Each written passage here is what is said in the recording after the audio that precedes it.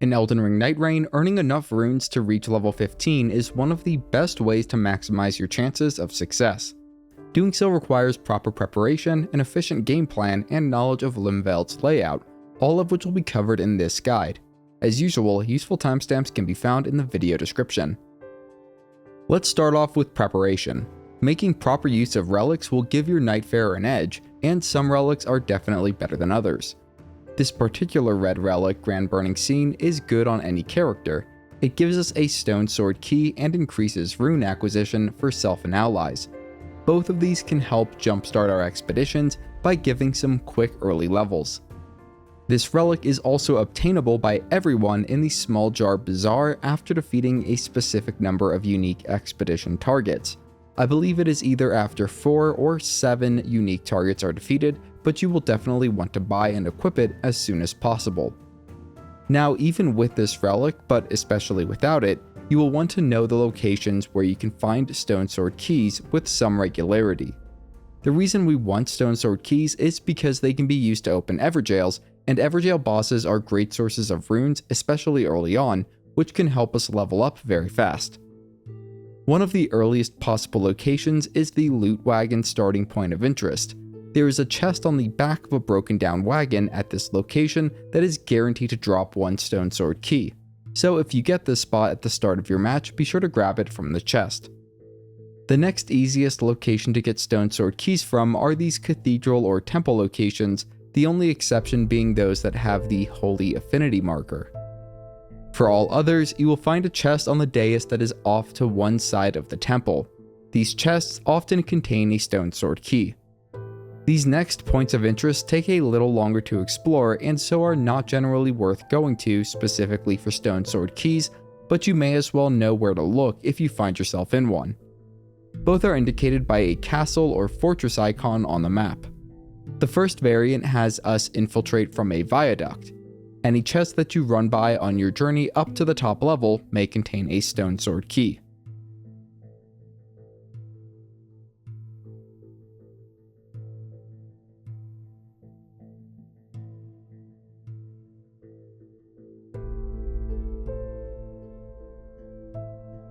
The next fortress variant can be entered from the front.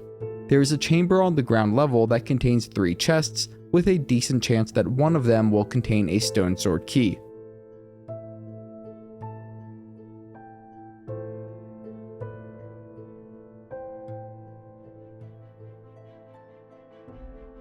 There is also a nicer chest on the top level that can contain one of these keys.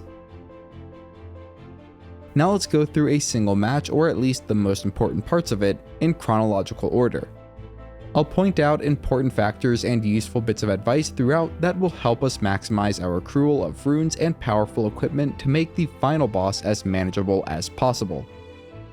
In general, there will be an unmarked point of interest that we land near at the start of a match, and defeating the enemies here will give us enough runes to reach level 2. There should also be a marked point of interest nearby where we can potentially gain another level, a Stonesword Key, and maybe even a decent weapon. You can see as we are running towards this POI that we are already looking at our map and planning our next destination. This helps in saving time as we already figured out exactly where to go as soon as we finish our current objective, in this case a nearby Evergaol. One little detail to point out here are these small altar boxes that are found at this location as well as others throughout the map. They always contain a handful of seals, which is good to know if you are playing either Revenant or Recluse. Another good tip is that when you go to select a reward from a boss, you can hit right stick click or whatever the input might be on mouse and keyboard to see a weapon's details. This will tell you what type of weapon it is. The reason this is important is for dual wielding purposes. As a raider, I started out with a colossal weapon, and the Golem's Halberd is also a colossal weapon, and therefore I can perform powerful combos and jumping attacks when dual wielding it with the raider's starting weapon. Even if there are no weapons that can serve an active role in your arsenal, keep a lookout for those with passive effects that will benefit you, such as increased damage when wielding 2 weapons, increased power of sorceries and incantations, etc. If a weapon's passive has a hand icon near it, that means it is only active while actively using that weapon. Now let's take a quick look at a map that will help us plan our pathing. Most of the field bosses and all of the Evergaols are marked, and these will serve as our main source of runes. While points of interest can be worth visiting in certain circumstances, they more often consume a lot more time for the amount of runes they award when completed. Given our current location, my team went for the nearest Evergaol. There are 3 potential tiers of bosses that spawn from an Evergaol, and the Dragonkin Soldier is a tier 2 boss, and we will see a tier 3 boss later in the match. In any case, while it was a bit difficult to defeat at level 2, the reward was totally worth the effort. It gave us just over 20,000 runes when defeated, and as is the rule with tier 2 Evergaol bosses, one of the rewards that was available was an additional 20,000 runes. Altogether, it was enough runes to get all the way to level 5, and it took less than a minute to defeat. Now comes one of the most important parts of fast leveling, and that is hitting the central castle location on the first day. You should try to do this as soon as possible, typically around level 4 or 5. There are 3 types of enemies that can inhabit the castle, and all give a pretty large amount of runes, but there are better and worse ones. At the bottom are the jar-flinging trolls. These guys give the overall least amount of runes and are also the most annoying to deal with. The reason they are so annoying is that there are 4 of them in total, and they are placed strategically so that they are always covering one another from afar. So you'll need to keep a lookout for incoming jars as you take down each one for around 15,000 runes. Still, if you are efficient in working through the perimeter of the castle, all 4 can be defeated within a matter of minutes for a total of around 60,000 runes. Each of them will also drop a reward orb upon defeat, so you are looking at 4 opportunities to get a better piece of gear or a passive bonus.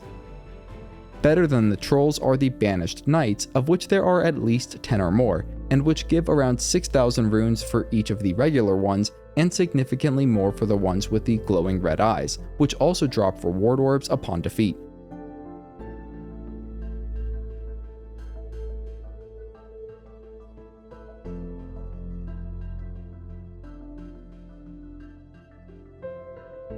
Finally, the best enemy type to find here are the Crucible Knights.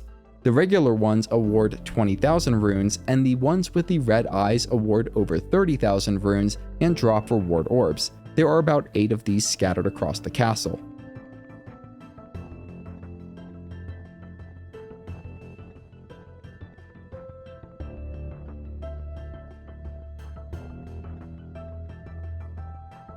Once you've cleared out the lesser mobs of the castle, you'll want to check the basement area to see if it contains a boss that is worth dealing with.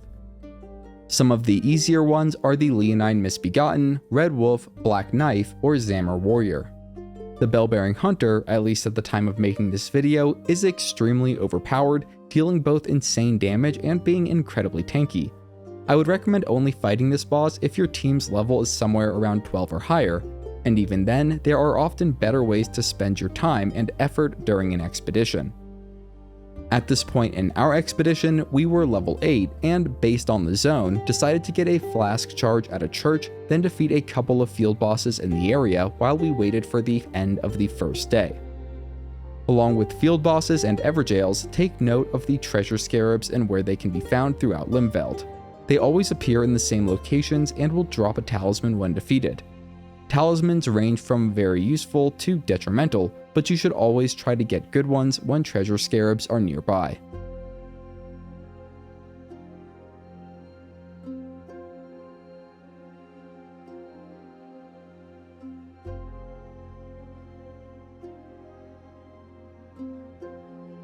At the second Evergaol we tackled, it spawned an Ancient Dragon. This is a tier 3 boss and is often too difficult to manage at lower levels. However, it is pretty doable with a good ranged class and once around a level 8 or higher. In addition to awarding roughly 50,000 runes when defeated, it also drops a reward orb that has a guaranteed choice for an additional 30,000 runes. We also knew that there was a field boss just a short distance northeast from this Evergaol, so we went to tackle that as well. It was a Grafted Scion, which is a lesser boss and easily handled at our current level. As you can see, our power is starting to snowball, making each subsequent challenge noticeably easier. Now is a good time to talk about mines. There are 3 mine variants found throughout the map, and it may be worth visiting one or more whenever you find yourself near one. Each will contain one of 3 mini-boss variants, those being a troll, a knight, or a pumpkin head. They are all guaranteed to drop a purple smithing stone or smithing stone 2, which can upgrade a blue weapon to purple. This can take a good weapon to great, and so learning how to quickly navigate the 3 mine layouts to find and defeat the mini-boss in each is definitely worthwhile.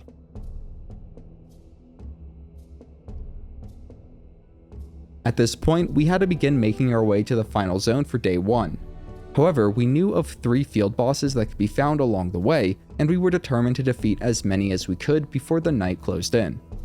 The first of these was a flying dragon. While annoying, this major boss variant does award a substantial amount of runes, and is not too bad if you have a decent ranged damage class on the team like Recluse, Iron Eye, or Revenant. Defeating this boss gave us enough runes to reach level 11 before heading to the final zone for day 1.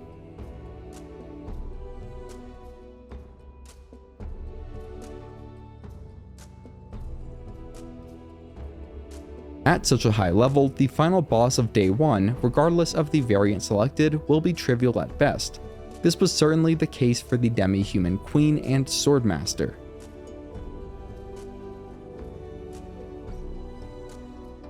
Rather than wait for the night to recede on day 2, we saved time by just running towards our next target, a couple of field bosses, as soon as we were ready.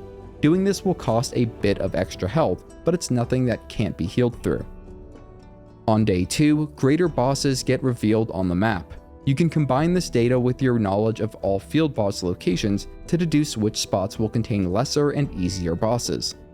Of course, the greater bosses are going to give better rewards, so if you are at the point of being able to handle them, then definitely go for and prioritize them.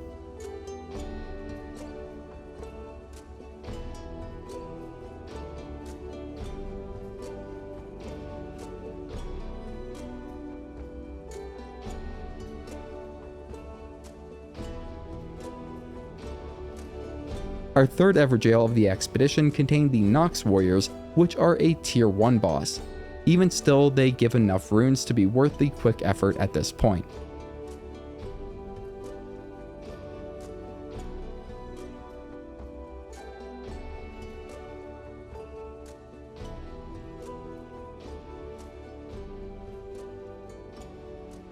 We prioritized getting to another church for an additional flask charge at this point, mainly because it was near the edge of the map and would likely soon be out of the safe zone.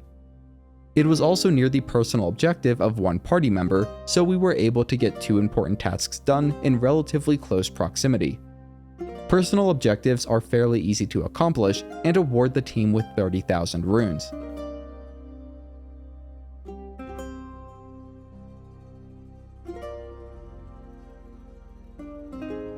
After doing that and stopping at the church, the night began to close in. We decided to hit the Evergaol to the south as well as the lesser field boss that we knew was nearby before heading to the safe zone.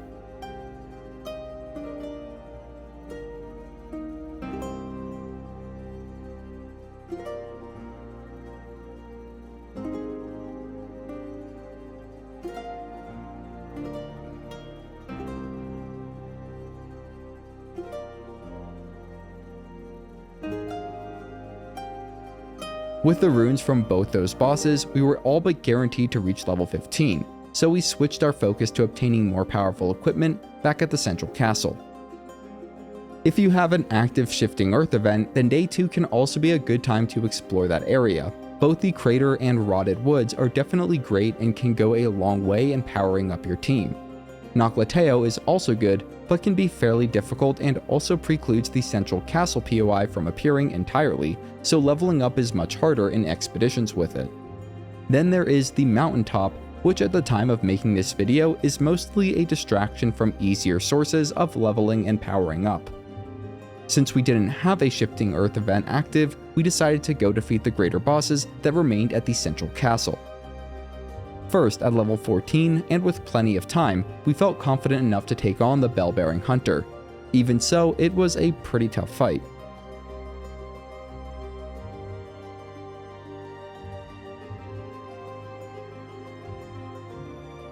The great thing about defeating the boss beneath the central castle is that it opens up a path to a chest that is guaranteed to offer one of 3 talisman choices. It's a good idea to communicate with your team here, as you might have a choice that is better for one of them and they for you.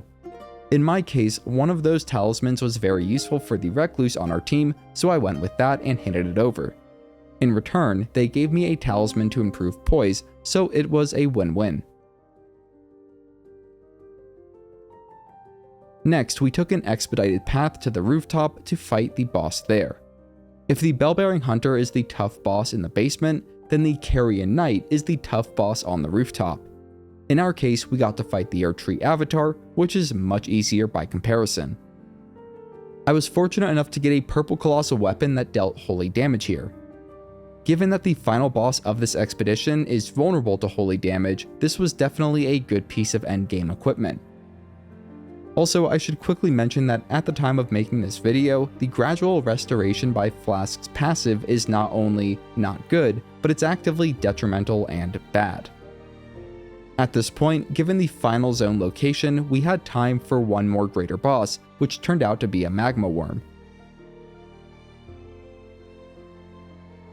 It dropped the legendary Devourer's Scepter for me, which is unfortunately a great hammer and not a colossal weapon.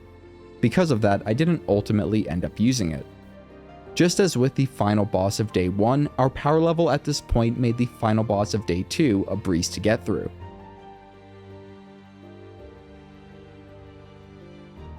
When it came to weapon upgrades, I went with the Great Club. That is because it was also a colossal weapon that had holy damage, so I could dual wield it with the Staff of the Avatar for maximum effect against the final boss of this expedition.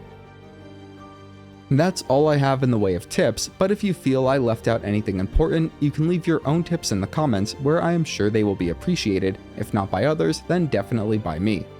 If you want to see more great content, you can head over to my channel, and if you're new, consider subscribing. You're helping me feed my cat, her name's Marshmallow. Have a great day, if you're here today, have a great Friday, and a great weekend. And as always, thanks for watching.